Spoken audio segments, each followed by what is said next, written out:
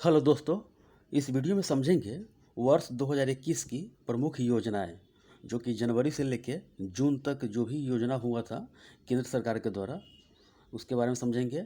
और साथ में और भी कैबिनेट के मंत्रालय यानी कि मंत्रालय के द्वारा जो योजना लॉन्च किया गया था उसके बारे में समझेंगे। और इसके बाद वाले वीडियो में राज्य स्तरीय जितने भी योजना शुरू किया गया था उसके बारे में समझेंगे। आइए पहले समझते हैं 2021 की प्रमुख योजनाएं जनवरी से जून तक और विभिन्न मंत्रालय यानी कि मंत्रालय के साथ साथ केंद्र सरकार जो भी अपना लॉन्च किया उसके बारे में समझेंगे आज। देखिए, जनवरी से जून तक का है ये और केंद्र सरकार के द्वारा सिर्फ है ये। केंद्र सरकार इस वीडियो में सिर्फ समझेंगे केंद्र सरकार और कैबिनेट के द्वारा जो भी योजना शुरू किया गया उसके बारे में समझते हैं। आइए समझते हैं। पीएम केयर्स फॉर चिल्ड्रेन योजना। पीएम केयर्स फॉर चिल्ड्रेन योजना, यह योजना बनाया गया जो कि कोविड-19 से यानी कि माता पिता को खो चुका बच्चा यानी कोई भी जो बच्चा है उसके माता पिता डेथ कर गए इस कोरोना काल में, उसी के लिए 10 लाख कोष को तैयार किया गया। और ये फंड के लिए तैयार किया गया जो कि उनके माता पिता डेथ कर गए उसी के लिए बच्चों को पालने पोसने के लिए ये तैयार किया गया। तो पीएम केयर्स फॉर चिल्ड्रेन योजना, तो ये समझ के याद करके रखिएगा, ये एग्जाम में पूछा जा सकता है। कोविड-19 में माता पिता को खो चुके बच्चों के लिए 10 लाख को कोष तैयार किया गया। 10 लाख का कोष तैयार किया गया। वैक्सीन मैत्री पहल, तो ये भी केंद्र सरकार का पहल है। और ये कोविड-19 टीका अपने पड़ोसी देशों को भारत द्वारा ये पहल किया गया यानी कि भारत अपने पड़ोसी देशों को भेजा कोरोना काल में। तो 20 जनवरी 2021 से शुरू किया गया और श्रीलंका को पहली खेप में 5 लाख टीका भेजा गया। उसके बाद बहरीन भेजा गया, नेपाल भूटान ऐसे ही भेजा गया। तो पहला याद करके रखिएगा, श्रीलंका को पहली बार यह भेजा गया 5 लाख टीका और अपने पड़ोसी देशों को भारत ने भेजा। तो कोविड वैक्सीन मैत्री पहल ये याद करके रखिएगा। पीएम केयर्स फंड क्या है जिनके माता पिता डेथ कर गए, अनाथ हो गए, उनके लिए है। 10 लाख कोर्स तैयार किया गया। और यह वैक्सीन मैत्री पहल जो कि भारत सरकार यानी कि भारत द्वारा पड़ोसी देशों को कोविड-19 टीका प्रदान किया। पहला किसे टीका प्रदान किया? तो श्रीलंका को। मित्र योजना जो कि कपड़ा उद्योग में निवेश को आकर्षित और विश्व स्तर पर प्रतिस्पर्धी बनाना, तो ये केंद्र सरकार का पहल है। तो कपड़ा उद्योग में निवेश को आकर्षित करना और विश्व स्तर पर प्रतिस्पर्धा यानी कि कंपटीशन तैयार करना, तो मित्र योजना ये काफ़ी महत्वपूर्ण बनता है क्वेश्चन। ये E100 परियोजना ये क्या है कि पुणे से यह शुरू किया गया और 5 जून को पीएम मोदी द्वारा पर्यावरण दिवस पर यह शुरू किया गया था। और इसका उद्देश्य क्या है? तो भारत में इथेनॉल उत्पादन तथा वितरण के नेटवर्क स्थापित करना। ये इथेनॉल के उत्पादन में जो कि 2025 तक 20% उत्पादन करेगा भारत। ये तो ये पूछ सकता है कि E100 परियोजना कहाँ से शुरू किया गया था और कब शुरू किया गया था? तो यह शुरू किया गया था पुणे से शुरू किया गया था और 5 जून को शुरू किया गया प्रधानमंत्री मोदी के द्वारा। ग्राम उजाला योजना जो कि ग्रामीण क्षेत्रों में सस्ते LED बल्ब प्रदान करना, इसका यही है। परीक्षा में पूछा जा सकता है कि ग्राम उजाला योजना क्या है? तो ग्रामीण क्षेत्र में सस्ते LED प्रदान करना। आइए आगे समझते हैं। देखिए, केंद्रीय स्वास्थ्य एवं परिवार कल्याण प्लस जनजातीय मंत्रालय द्वारा, तो ये 2 मंत्रालय मिलके ये एक परियोजना जारी किया जिसका नाम है अनामय पहल है जो कि आदिवासी समुदायों के स्वास्थ्य एवं पोषण में सुधार लाने के लिए, जो कि आदिवासी समुदाय के लिए उसके स्वास्थ्य को और पोषण में सुधार लाने के लिए यह कार्य किया। तो केंद्रीय स्वास्थ्य मंत्री के द्वारा। और देखिए, इस पर एग्जाम में पहले बन सकता है कि केंद्रीय स्वास्थ्य एवं परिवार मंत्री कौन है, तो ये भी क्वेश्चन बनेगा। तो ये पहले देख लेंगे। तो देखिए, स्वास्थ्य एवं परिवार कल्याण मंत्री कौन है? तो मनसुख मांडविया जी हैं।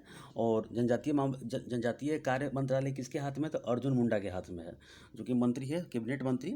और यह इसके द्वारा कौन सा शुरू किया गया दोनों मिलाकर? तो अनामय योजना आदिवासी समुदायों के स्वास्थ्य एवं पोषण सुधार के लिए। देखिए, वो दोनों मिल के यानी कि केंद्रीय स्वास्थ्य एवं परिवार कल्याण और प्लस जनजातीय था, ये है केवल स्वास्थ्य एवं परिवार कल्याण मंत्रालय द्वारा प्रोजेक्ट O2 यानी कि ऑक्सीजन फॉर इंडिया शुरू किया गया। स्वास्थ्य एवं परिवार मंत्रालय के द्वारा क्या शुरू किया गया? Project O2 for India. ये शुरू किया गया भारत के प्रधान वैज्ञानिक सलाहकार के कार्यालय द्वारा, जो कि वैज्ञानिक सलाहकार के कार्यालय द्वारा भारत में अस्पतालों में ऑक्सीजन की आपूर्ति हेतु इस पहल की शुरुआत की गई। तो यानी कि भारत के प्रधान वैज्ञानिक सलाहकार के कार्यालय द्वारा भारत में अस्पतालों में O2 की आपूर्ति कमी नहीं हो, उसके लिए यह पहल शुरू किया गया था। प्रोजेक्ट O2 फॉर इंडिया स्वास्थ्य एवं परिवार मंत्रालय द्वारा ये शुरू किया गया। और कौन मंत्री है? मनसुख मांडविया। तो ये याद करके रखिएगा, काफ़ी महत्वपूर्ण क्वेश्चन बनता है ये योजना में। आहार क्रांति मिशन, आहार क्रांति मिशन, आहार ये भी है स्वास्थ्य एवं परिवार कल्याण मंत्रालय के द्वारा शुरू किया गया। और लोगों को पोषक संतुलित आहार की जरूरत तथा स्थानीय फलों एवं सब्जियों की पहुंच सुनिश्चित करना, यानी कि जो स्थानीय क्षेत्र में जो फसल चाहे फल उल सब्जी जो उपजती है तो उसके बारे उसको उसी क्षेत्र में पहुंचाने के लिए सुनिश्चित करना था। आहार क्रांति मिशन, आहार क्रांति मिशन इसकी योजना का उद्देश्य है। और आदर्श वाक्य क्या है? उत्तम आहार उत्तम विचार, उत्तम आहार उत्तम विचार, उत्तम आहार उत्तम विचार आदर्श वाक्य हो गया आहार क्रांति मिशन। और एक और है मिशन 3.0। देखिए मिशन 3.0 क्या है कि ये भी स्वास्थ्य एवं परिवार कल्याण मंत्रालय द्वारा शुरू किया गया। और मिशन इंद्रधनुष 3.0 बच्चे और गर्भवती महिला के टीकाकरण कवरेज का विस्तार करना, बच्चे एवं गर्भवती महिला के टीकाकरण कवरेज का विस्तार करना। तो ये काफ़ी महत्वपूर्ण ये भी बनता है। शिक्षा मंत्रालय के द्वारा क्या शुरू किया गया देखते हैं, जो कि सार्थक योजना। सार्थक योजना क्या है कि नई शिक्षा नीति को आसानी से लागू करने के लिए सार्थक पहल की शुरुआत की गई। नई शिक्षा नीति को जो 2020 वाला है ये, इसके माध्यम से राज्यों एवं केंद्र शासित प्रदेशों को राष्ट्रीय शिक्षा नीति के लक्ष्यों को हासिल करना, यानी कि जो कि इस माध्यम नई शिक्षा नीति के माध्यम से राज्यों और केंद्र शासित प्रदेशों को राष्ट्रीय शिक्षा नीति के लक्ष्यों को हासिल करने के बारे में सहायता करेगा और बताएगा भी।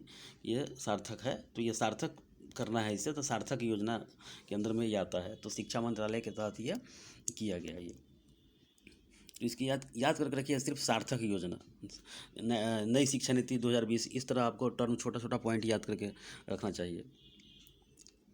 युवा PM योजना, ये भी शिक्षा मंत्रालय के द्वारा है। और देखिए क्या है कि इसमें शिक्षा मंत्रालय के द्वारा युवा लेखकों को सलाह देने के लिए तथा भारतीय लेखन वैश्विक पटल पर व्यक्त करने के लिए शुरुआत किया गया। इसमें देखिए जैसे में कि आदर्शवादी जो क्रांतिकारी लड़े हुए थे अंग्रेज़ों से, उसी के बारे में जो आप लेख यानी कि कोई पैराग्राफ लिख सकते हैं, लेख है ऐसे टाइप के लिख सकते हैं, तो यही है क्रांतिकारी आदर्शवादी व्यक्ति के बारे में लिख सकते हैं ये। तो शिक्षा मंत्रालय के द्वारा यह शुरू किया गया युवा PM योजना। और युवा का फुल फॉर्म पूछे तो young upcoming and versatile authors. तो ये काफ़ी महत्वपूर्ण पड़ेगा, ये क्वेश्चन पूछा भी गया। ये युवा PM योजना, युवा PM योजना। ये सामाजिक न्याय एवं अधिकारिता मंत्रालय, सामाजिक न्याय एवं अधिकारिता मंत्रालय के बारे में समझते हैं। इसके मंत्री वर्तमान मंत्री कौन है? तो वीरेंद्र कुमार इसका मंत्री है, वर्तमान है। और वृद्ध जन पोषण मिशन, वृद्ध जन पोषण मिशन, इसके अंतर्गत उद्देश्य क्या है इसका है कि उन वृद्ध जनों को पोषण उपलब्ध कराना जो वृद्धाश्रम के बाहर रहते हैं, यानी कि उसके अंदर में नहीं रहते हैं, वृद्धाश्रम में नहीं रहते हैं और कुपोषण से पीड़ित है, यानी कि उनको एनीमिया हो चाहे बहुत तरह की समस्या हो, तो उसको निपटने के लिए यह वृद्ध जन पोषण मिशन शुरू किया गया। सेज प्रोजेक्ट, सेज प्रोजेक्ट क्या है? पहले इसका फुल फॉर्म पूछेगा। ये भी सामाजिक न्याय एवं अधिकारिता मंत्रालय के द्वारा शुरू किया गया। और सीनियर केयर, इसका जो फुल फॉर्म पूछेगा senior care ageing growth engine. तो ये senior care ageing growth engine, तो ये काफ़ी महत्वपूर्ण बनता है। ये फुल फॉर्म पूछ सकता है। और इसका उद्देश्य पूछेगा स्टार्टअप के माध्यम से बुजुर्गों की देखभाल हेतु उत्पाद एवं सेवाएं प्रदान करना। तो ये बुजुर्ग के बारे में भी है। और वृद्धजन पोषण, वो भी वृद्धजन के बारे में है जो कि वृद्धाश्रम के बाहर रहते हैं और कुपोषण से पीड़ित है। और ये सेज प्रोजेक्ट है, तो यह भी काफ़ी महत्वपूर्ण क्वेश्चन बनता है। HDFC बैंक, जो कि HDFC बैंक है, ये क्या शुरू किया गया, इसके द्वारा शुरू किया गया स्टार्टअप उन्नति कार्यक्रम, स्टार्टअप उन्नति कार्यक्रम, जो कि महिला उद्यमियों को सलाह देना और आगे बढ़ाना। IDFC first bank, IDFC first bank क्या किया, घर घर राशन कार्यक्रम ये शुरू किया। घर घर राशन कार्यक्रम जो शुरू किया गया, जो कि कोविड-19 के कारण जान गंवा चुके अपने कर्मचारियों के परिवारों को राशन उपलब्ध कराने हेतु इस कार्यक्रम की शुरुआत किया गया। यानी कि जो कि कोरोना में अपने कर्मचारियों को खो चुके उन्हीं के परिवार को यानी कि राशन उपलब्ध कराना, तो ये IDFC बैंक पर ये लागू किया गया और घर घर राशन कार्यक्रम शुरू किया गया। और स्टार्टअप उन्नति कार्यक्रम महिला उद्यमियों को सलाह देना और आगे प्रोत्साहित करना बढ़ने के लिए। ग्रामीण विकास मंत्रालय, ग्रामीण विकास मंत्रालय एवं पंचायती राज किसके हाथ में है, तो गिरिराज सिंह, जो कि बिहार से हैं। तो ग्रामीण विकास मंत्रालय एवं पंचायती राज मंत्रालय गिरिराज सिंह के हाथ में है। और इसमें शुरू क्या किया गया, तो जेंडर संवाद कार्यक्रम, जेंडर संवाद कार्यक्रम, इसके अंतर्गत इसका उद्देश्य क्या है कि दीनदयाल अंत्योदय योजना राष्ट्रीय ग्रामीण आजीविका मिशन के तहत जेंडर संबंधी समस्याओं का समाधान करना तथा साथ ही महिलाओं को सशक्त बनाना। तो ये जेंडर को यानी कि जेंडर संबंधित समस्याओं का समाधान करना और महिलाओं को आगे बढ़ाने के लिए यह शुरू किया गया जेंडर संवाद, ये जेंडर से नाम ही है। केंद्रीय वाणिज्य एवं उद्योग मंत्रालय, केंद्रीय वाणिज्य एवं उद्योग मंत्रालय के अंतर्गत में क्या शुरू किया गया, तो स्टार्टअप इंडिया सीड फंड योजना, स्टार्टअप इंडिया सीड फंड योजना। तो पूछेगा एग्जाम में केंद्रीय वाणिज्य एवं उद्योग मंत्रालय किसके हाथ में है, तो पीयूष गोयल के हाथ में है। और उद्यमियों को कारोबार को आगे बढ़ाने के लिए वित्तीय सहायता प्रदान करना, ये वित्तीय संबंधित है। तो स्टार्टअप इंडिया सीड फंड योजना। महिला एवं बाल विकास मंत्रालय किसके हाथ में, पहले समझ लीजिए कि स्मृति ईरानी के हाथ में है। वन स्टॉप सेंटर, इसका जो योजना शुरू किया गया वन स्टॉप सेंटर, उद्देश्य क्या है कि किसी भी प्रकार की हिंसा से प्रभावित महिलाओं की सहायता करना। और भारत में 300 सेंटर एवं 9 देशों के दूतावास में खोला जाएगा। वर्तमान में 700 हो चुका है ये, तो विदेशों में भी 9 खोला बताया गया उस समय। और भारत में 300 सेंटर किसी भी प्रकार की हिंसा यानी कि महिलाओं के खिलाफ हो रहा है तो उसको निपटने के लिए यह वन स्टॉप सेंटर शुरू किया गया महिला एवं बाल विकास मंत्रालय के द्वारा। बाल अधिकार संरक्षण आयोग, बाल अधिकार संरक्षण आयोग के द्वारा क्या शुरू किया गया, संवेदना पहल। इसमें क्या है, कोविड महामारी के दौरान बच्चों को मानसिक तनाव से दूर रखने के लिए संवेदना नामक टोल फ्री नंबर जारी किया गया, जिससे कि बच्चों को मोटिवेट कर सके और आगे बढ़ाए, तो डिप्रेशन में ना हो। तो संवेदना पहल, ये संवेदना के साथ बात करें, तो यही पहल है। और बस इतना ही है, 6 मंथ का है, क्योंकि कोरोना काल में बहुत कम योजना लॉन्च हुआ। तो ये केंद्र सरकार का पहल है, इसके बाद राज्य सरकार का देखेंगे तो योजना समाप्त हो जाएगा। तो ठीक है, इस वीडियो में इतना ही, धन्यवाद।